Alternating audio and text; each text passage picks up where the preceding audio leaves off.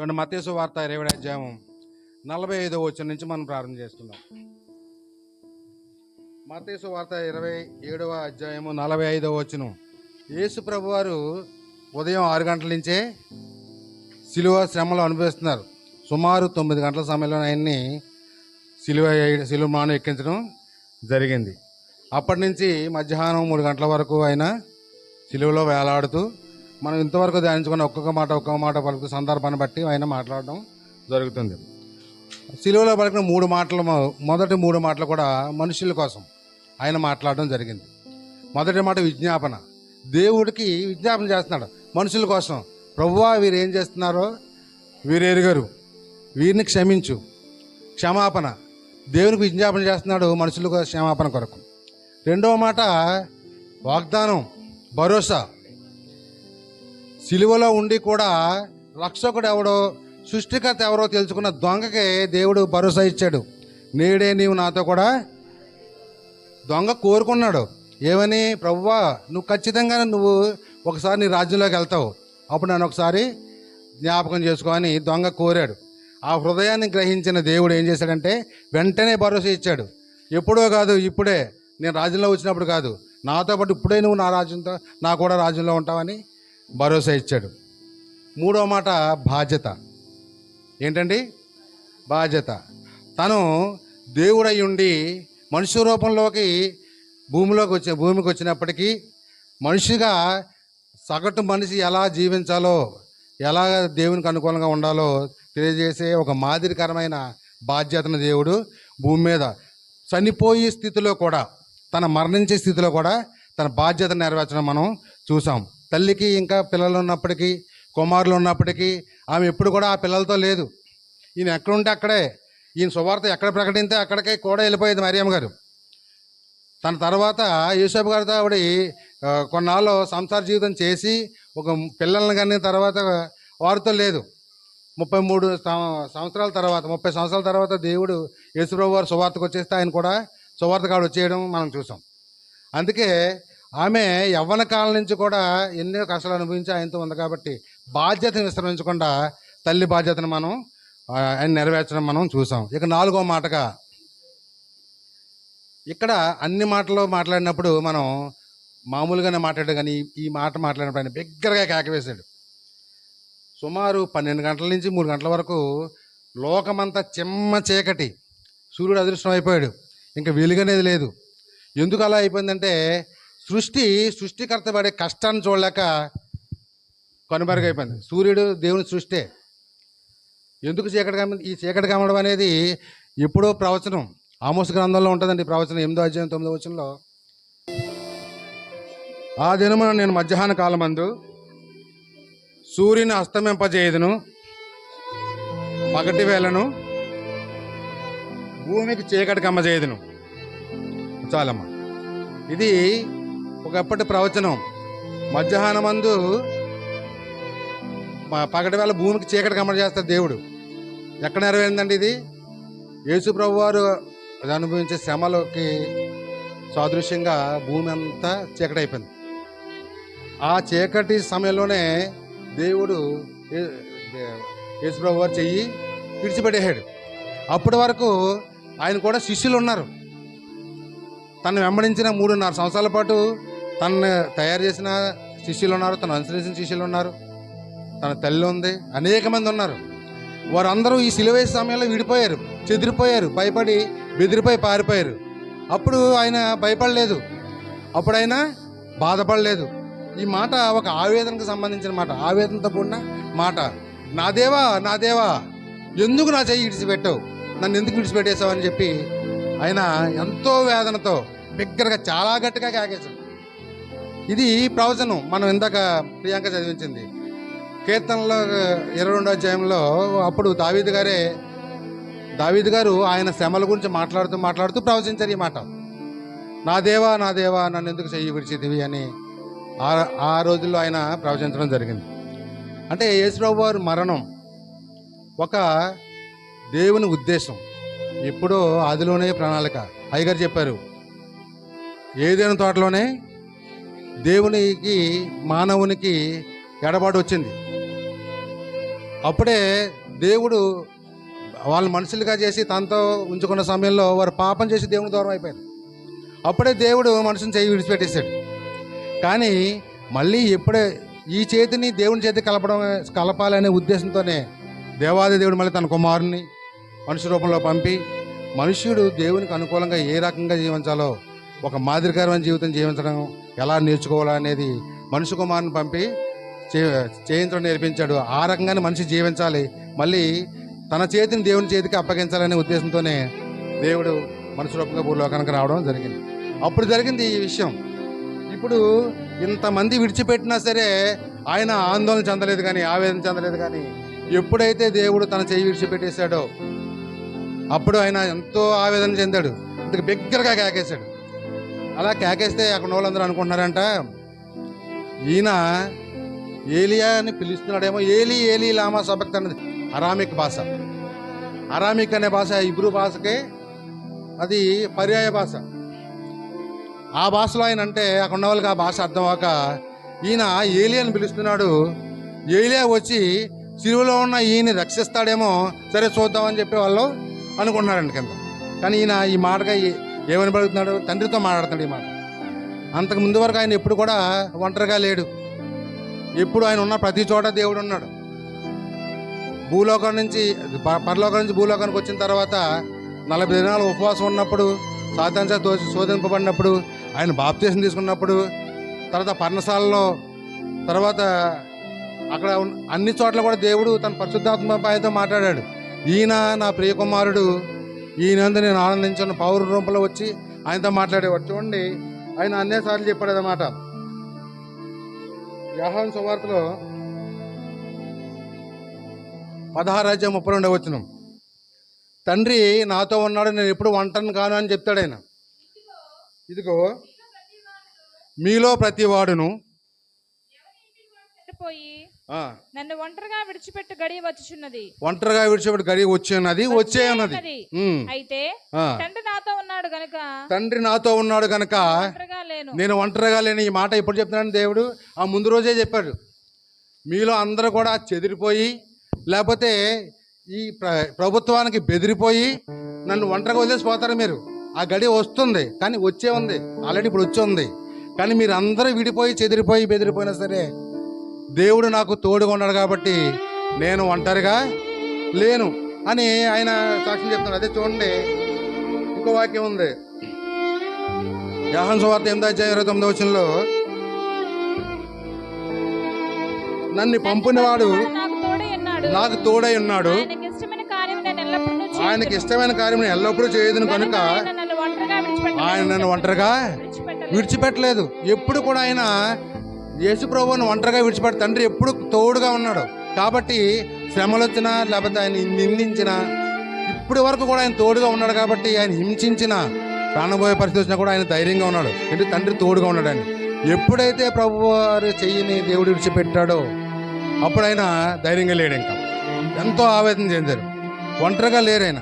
చూడండి, కీర్తనలో గ్రంథంలో 91 కీర్తనలో అంటాడు ప్రభువారు, శ్రమలో నేను అతనికి తోడయ్యుందును. ఇక్కడ మహాశ్రమలో ఉన్నాడు యేసుప్రభు గారు, కానీ ఆయన తోడు యేసుప్రభు గారికి దూరం చేశాడు. అలాగే మనం బైబిల్ గ్రంథంలో చూస్తాం, ఎవరైతే ఆయన ఎంతో అనుకుంటారో, ఎవరైతే ఆయన నమ్ముతారో, ఎవరైతే ఆయన మీదే ఆధారపడి ఉంటారో వారికి ఎప్పుడు కూడా ఆయన తోడుగా ఉన్నాడు. షడ్రక్ మేషక్ అబేద్నెగోల గురించి మనకు తెలుసు. వారు రాజులను ఎదిరించారు, కానీ దేవుని విషయంలో రాజీ పడలేదు. అందుకే అండుతున్న మహా అగ్నిగుండంలో వాళ్ళు పడిపోయిన సరే దేవుడు వారికి తోడుగా ఉండి వారిని అగ్నిగుండంలోంచి రప్పించడం మనం చూసాం. మహాసింహాల భూమిలోనే ఎముకలు సైతం కొరికి తినే సింహాల భూమిలో దావీదు గారు ఉన్నప్పటికీ, దానియేలు గారు అక్కడ దేవుడే తోడుగా ఉండి కూడా దానియేలు గారిని రక్షించడం మనం చూసాం. ఆయన హస్తం ఆయనకు ఎప్పుడైతే తోడుగా ఉందో వారు అభివృద్ధి చెందడం మనం చూసాం. అనేకమైన కష్టాలు ఎదుర్కొనడం మనం చూసాం. ఉదాహరణ యేసేపు గారి గురించి మనకు తెలుసు, దావీదు గురించి మనకు తెలుసు. ఆయన హస్తం తోడుగా ఉన్నవారు అందరూ కూడా ఆయన శ్రమలో ఆయన తోడై ఉన్నాడు. వాళ్ళకి ఎన్ని శ్రమలు వచ్చినా ఆ తోడుగా ఉన్నారు కాబట్టి వాళ్ళు చెదరలేదు, బెదరలేదు. ఇక్కడ శ్రమలో నేను తోడై ఉందని దేవుని వాగ్దానం ఉన్నప్పటికీ కూడా మహాశ్రమల్లో దేవుని హస్తం ఆయనకి దూరం అయిపోయింది. ఆ విషయాన్ని మనం ఎందుకు దేవుని హస్తం యేసు ప్రభువుని విడిచిపెట్టవలసి వచ్చింది? అసలు ఎందుకు వదిలేయాల్సి వచ్చింది అనే మాటను మనం జ్ఞానంలోకి వెళ్తే, ఎవరు చేశారు నేరం? ఆయన చేశారా నేరం? ఆయనకి ఏ రకమైన పాపం తెలియదు, కానీ ఆయన పంపబడ్డాడు ఎందుకు? భూలోకంలో ఉన్న మనుషుల పాపాన్ని మోయడం కోసం. చూడండి, యోహాను సువార్తలో ఉంటుంది, ఇదిగో లోక పాపమును మోసుకొని పోవచ్చున్న దేవుడు. ఎవరు లోకం అంటే ఏంటి? లోకం అంటే మనమే. మనం చేసిన పాపాలని ఆయన భుజం మీద వేసేసాం, మనం చేసిన దోషాలు ఆయన భుజం మీద వేస్తాం, మనం చేసిన ప్రతి అతిక్రమాన్ని కూడా ఆయన మీద వేస్తాం. ప్రయాసపడి పాపభారం మోసుకొని పోతున్న సమస్త జనులారా నా యొద్దకు రండి, నేను మీకు ఆ భారం తీసేసి ఆ భారం నా మీద వేసుకుని నేను మీకు విశ్రాంతి కలగజేస్తాను అని ఆయన అన్నాడు. ముందు 2 కొరింథీ చూడండి, 2 కొరింథీ 5:21 సారీ చదువు. మనం ఆయన యందు దేవుని తగినట్లు పాపం ఎరుగని ఆయనను మన కోసం ఆయన్ని పాపంగా చేసాం. దేవునికి స్తోత్రం. ఏ పాపం ఎరగని ఆయన్ని మన పాపాలు ఆయన మీద వేసి ఆయన్నే పాపంగా చేసాం. ఇప్పుడు ఆయన మాను మీద ఉన్న పాపి. ఈ పాపం ఎవరిది? మనదే. కానీ ఆ శిక్ష ఎవరిది? అది మనదే. పాపం మనది అయినప్పుడు శిక్ష మనదే, దోషం అయినప్పుడు శిక్ష మనమే అనుభవించాలి, అతిక్రమం మనం చేసినప్పుడు దాని తాలూకు పర్యవసానం మనమే భరించాలి. కానీ పాపం ఎరగని ఆయన్ని దేవుని విషయంలో మనం నీతిమంతులు అవ్వాలని మన పాపాన్ని ఆయన మీదేసి ఆయన్ని పాపిగా చేశాడు దేవుడు. కాబట్టి ఆయన లోక పాపం మోసుకుని పోవడానికి ఆయన పంపబడ్డాడు. చూడండి, అలాగే గలతీలు రాసిన పత్రిక నేను చదివిన చూడండి, 3:13 శాపగ్రస్తుడు అయ్యాడు. ఇప్పుడు సిలువ మాను మీద ఎవరైతే ఘోరమైన పాపాలు చేస్తారో వాళ్ళు మాత్రమే సిలువ మరణం చేయాలనేది రోమా ప్రభుత్వం యొక్క ఆజ్ఞ. ఇప్పుడు ఈయన్ని ఘోరమైన పాపం చేసి ఇద్దరు దొంగలతో కట్టేశారు. ఆ పైన ఏమని రాశారంటే శాపగ్రస్తుడు అని రాశారండి. పాపులమైన మనం, శాపగ్రస్తులమైన మనం మన పాపం తప్పించుకోవడం కోసం, లేదా మన శాపం తప్పించుకోవడం కోసం దేవుడు ఏం చేశాడంట? మనల్ని తప్పించాలని ఆయన కుమారుడిని బలి చేశాడు. ఇప్పుడు దేవుడు పరిశుద్ధుడు, ఇక్కడున్న యేసుప్రభు ఎవరు? పాపి. పాపులతో పరిశుద్ధులకి సంగతి ఉందా? లేదు. అందుకే దేవుడు యేసుప్రభు చెయ్యి విడిచిపెట్టాడు. అందుకే యేసుప్రభు బిగ్గరగా కాకేశాడు, పాపిని అయిపోయాను నేను. అది తాత్కాలిక ఎడబాటే దేవునికి మనిషికి, యేసుప్రభు వారికి కుమారునికి తాత్కాలిక ఎడబాటే అయినప్పటికీ తాత్కాలిక ఎడబాటును కూడా ఆయన భరించలేకపోయాడు. ఎందుకంటే ఇప్పుడు ఈయన పాపం, ఇప్పుడు ఈయన శాపం. పరిశుద్ధుడు పాపిని పట్టుకోడు, పరిశుద్ధుడు పాపని చేరదీయడు. అందుకే ఏదో తాట పరిశుద్ధమైంది. అక్కడ ఆదాము పాపం చేశాడు కాబట్టి బయటికి వెళ్ళగొట్టబడ్డాడు. ఆ పరిశుద్ధమైన స్థలంలో ఆదాము హవ్వ ఉండలేదు. లూసిఫర్ పాపి, ఒకప్పుడు దేవదూత, పరిశుద్ధమైన స్థలాల్లో ఉండేవాడు. పాపపు ఆలోచన, దేవుడి కంటే నేననే మాత్రం తక్కువ అనుకున్న చిన్న పాపపు ఆలోచన వచ్చిన వెంటనే అక్కడి నుంచి తోసివేయబడ్డాడు. ఇప్పుడు దేవుని చెయ్యి ఎందుకు యేసు ప్రభువుని ఎందుకు విడిచిపెట్టిందంటే, ఇక్కడ మన పాపాల వల్ల, మన దోషాల వల్ల ఆయన పాప అయిపోయాడు, ఆయన శాపగ్రస్తుడు అయిపోయాడు. కాబట్టి దేవునికి చెయ్యి నుంచి ఎడబాటు వచ్చింది. తాత్కాలిక ఎడబాటు అయినప్పుడు కూడా ఆయన భరించలేకపోయాడు. ఇది త్యాగం. ఏంటంటే ఇది దేవుడు మన కోసం తన కుమారుని చేసిన త్యాగం. ఈ త్యాగాన్ని మనం గుర్తించాలి. చిన్న ఎడబాటుని భరించలేని యేసుప్రభువు అంత దగ్గర కాకేస్తే మన చెయ్యి దేవుడు ఎప్పుడూ పట్టుకునే ఉన్నాడు, కానీ మనమే ఆయన చెయ్యి విడిచిపడేసాం. మనం ఆయన చేతిలో ఉన్నాం లేదో మనకు తెలుసు, మన ప్రవర్తన బట్టి, మన నడవటను బట్టి, మన ఆలోచన బట్టి మనకు తెలుసు. కానీ ఆయన మానక లేకపోతే విడువక తన అపారమైన కృపతో మనల్ని నిత్యము నడిపిస్తూనే ఉన్నాడు. కానీ మనం ఆ చేతిని అందుకోవడానికి మనం ఇంకా దూరంగా జరిగిపోతున్నాం. ఈ త్యాగం ఫలితం ఏంటి? మనిషి ఆయన చిందించిన రక్తం ద్వారా తన పాపాలు కడుక్కొని పవిత్రుడై పరిశుద్ధుడై దేవుని చెయ్యి అందుకోవాలి. అందుకు ఆ చెయ్యి, ఇందాక ప్రియాంక చెప్పింది కదా, ఆ చెయ్యి వదిలాడంటే ఈ చెయ్యి పట్టుకోవడానికి, మన చెయ్యి పట్టుకోవడానికి. మన చెయ్యి పట్టుకోవాలంటే మనం ఎలా ఉండాలి? మన చేతులు ఎలా ఉండాలి? పరిశుద్ధంగా ఉండాలి. మన చేతులు ఎలా ఉన్నాయంట? యెషయా గ్రంథం చూడండి ఒకసారి. మన చేతులు ఎలా ఉన్నాయి? 59:3 వచనంలో మీ చేతులు రక్తం చేతను, చేతను వేళ్ళు మీ వ్రేళ్ళు దోషం చేతను అపవిత్రపరచబడి ఉన్నవి. అపవిత్రపరచబడినాయి. చాలమ్మా. ఎలా ఉన్నాయి మన చేతులు? రక్తంతో ఉన్నాయి, అపవిత్రంతో ఉన్నాయి. మరి అపవిత్రమైన చేతిని దేవుడు పట్టుకుంటాడా? తన సొంత కుమారుడే పాపంగా మారినందుకు వదిలేస్తే అపవిత్రమైపోయిన మనల్ని, రక్తంతో ఉన్న మన చేతుల్ని ఆయన పట్టుకుంటాడా? ఆ రక్తం కడగబడాలి. మన పాపాలు దేవునికి మనకే ఆయనకి మధ్యలో ఏమడ్డు వస్తున్నాయి ఏంటండి? మన పాపాలు అడ్డు వస్తున్నాయి. ఆ పాపాలు ఇప్పుడు ఈ సిలువ రక్తంలో కడగబడాలి. ఆ పాపాలు ఈ త్యాగంతో పోవాలి. ఇప్పుడు మనం పవిత్రులం అవ్వాలి, పరిశుద్ధులం అవ్వాలి. ఈ పరిశుద్ధత ఆయనకి దగ్గరగా చేర్చాలి. ఎప్పుడు ఆయన చేయి వదిలేస్తాడో, ఈ చెయ్యి మన కోసం చాపి ఉంచాడు. చేతులు చాపి పిలుస్తున్నాను, ఆయన చెయ్యి చాపుతున్నాడు, చేతులు చాపి పిలుస్తున్నాడు మనల్ని, రండి నా దగ్గర రండి అని. ఆ చెయ్యి విడిచిపెట్టాడు, మన చెయ్యి పట్టుకోవడానికి ఆయన సిద్ధంగా ఉన్నాడు. ఆయన చేతిలో ఆశీర్వాదం ఉంది, ఆయన చేతిలో స్వస్థత ఉంది. మనం సమస్యల్లో ఉండి చేయి అందిస్తే ఆ సమస్యల నుంచి బయటకు తీస్తాడు ఆయన. పాపంలో కూరుకుపోయి చేయి అందిస్తే ఆ పాపం నుంచి లేపుతాడు ఆయన. అనారోగ్య సమస్యల నుంచి ఉంటే మనం స్వస్థపరుస్తాడు ఆయన. కుటుంబ సమస్యలను తప్పిస్తాడు ఆయనకి. మన చెయ్యి అందించాలి. ముందు మన చేతిని ఆయన చేతిలో పెడితే అప్పుడు మనల్ని పవిత్రులు చేస్తాడు, పరిశుద్ధులు చేస్తాడు. తర్వాత మన సమస్యలను ఆయన తీరుస్తాడు. ఆయన ఎదురు చూస్తున్నాడు మన చెయ్యి ఇప్పుడు అందిస్తామని. ఆ త్యాగం ఊరికే పోకూడదు. దేవుడు చేసిన త్యాగం మనకి ఊరికే పోకూడదు. మన కోసం ఆయన త్యాగం చేశాడు, మన కోసం ఆయన ప్రాణాన్ని అర్పించాడు. ఇప్పుడు మనల్ని పిలుస్తున్నాడు ఆయన, మీ చేతిని నా చేతికి అందించండి, ప్రయాసపడి భారం మోసుకొని పోతున్న సమస్తలారా నా యొద్దకు రండి, నేను మీకు విశ్రాంతి కలగ చేస్తాను. ఇంకా ఈ పాపంలోనే కొట్టుమిట్టాడుతా, ఇంకా ఈ దోషంలోనే, లేకపోతే ఇంకా ఈ లోకంలోనే.